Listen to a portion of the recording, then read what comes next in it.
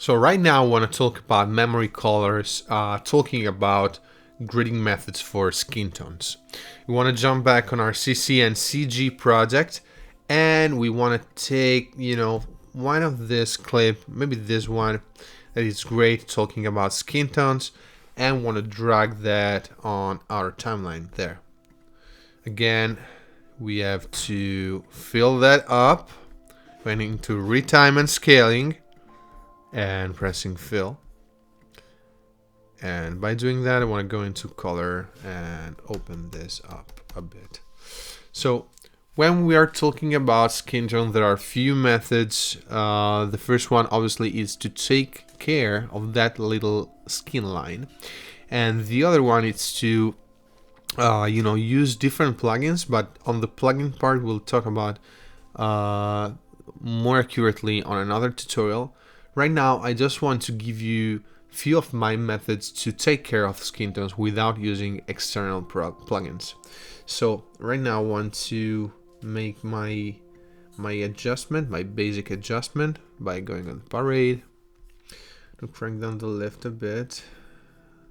The first thing is that I want to keep my gamma about on this point, because I want to, have a clear view of my skin tones. So even when I add my contrast, I want to have them on that cool spot. I'm gonna drag that down a bit even more. And another thing is that on this part we can also play on the contrast node a bit with the log wheel. So we have our primaries here, and we can just be conscious that this one is for the contrast, but we can also, no level, contrast, we can also play a bit with the log. So if we want to drag our shadow a bit down from there, we can do it. If we want to crank our midtone just a bit from there, we can do it. And right now I'm gonna saturate it just even more. So I want to crank up the saturation like this, and I can say that my image is pretty much ready to go.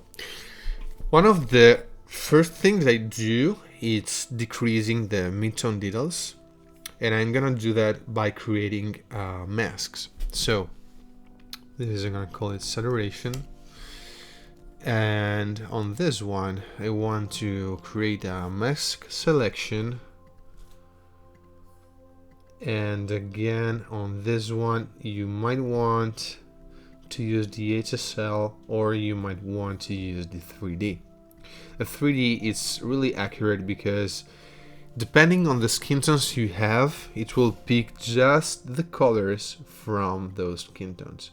And from skin tones, you don't want to pick too many colors, because we don't want to go maybe on hair high.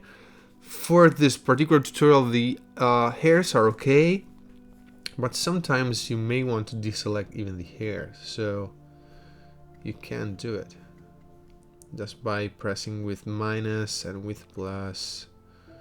We have lots of same, colors there, so you just have to be gentle, really gentle, and yeah, play it safe and cool. Let's say that is okay. I'm gonna clean some of this black and denoise it, and clean some whites. And maybe select this dark area there. No, not that much. And unselect some of these areas. Yeah, like that for sure. Okay, so let's just work with this, and let's make a cleaner selection of her face with the power window. You want to focus mainly with the frontal part, so there you don't want to use that method for her cheek, or that part here or that part here. You just want to focus there. So for that, we're going to keep our selection and crank the mid-tone details down. By doing this, you'll be smoothing up all the skin tones and everything on her face before and after. And you just want to, play cool with the wheels and going with the gamma of the game through this juicy red area if needed. In this particular case, we don't need that much, but you might want to add some color. So just look at this. By going with the gamma to the orange side, we are adding a crisp color to her face, like blood color. We can do it even with the game, but the game may be too powerful for this one. But just to let you understand that these two are the great solution. Even just the gamma, it's okay for me. And another thing on the same layer is, well, for this one, always playing with one layer if you want to play safe, even, doing different circle for her eyes, like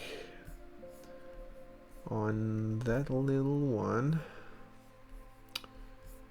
Doing like this, making another circle, and with that little one we want to see our power window, and yeah, create a better hole on her eye. It's already good like this, but you may want to extend that, mid-tone detail selection in that way. And just track it, and as you can see, the tracker, it's always great. So let's go on the other keyframe, and by doing this, you'll say to the program, okay, it's cool that you're doing that, mid-tone details softness thing, but we want to stand that also with that windows and not just with the qualifier, so you can play with them too. And to perfect it, you can also go on curve, and same thing on new versus saturation. That the skin tone sits there, but for this one we have it slightly, on that red orangey side because of our gamma tweak, and we can play with the saturation just a bit. And this will give her even a cleaner look before and after. We are keeping that soft, but is giving it a cleaner look.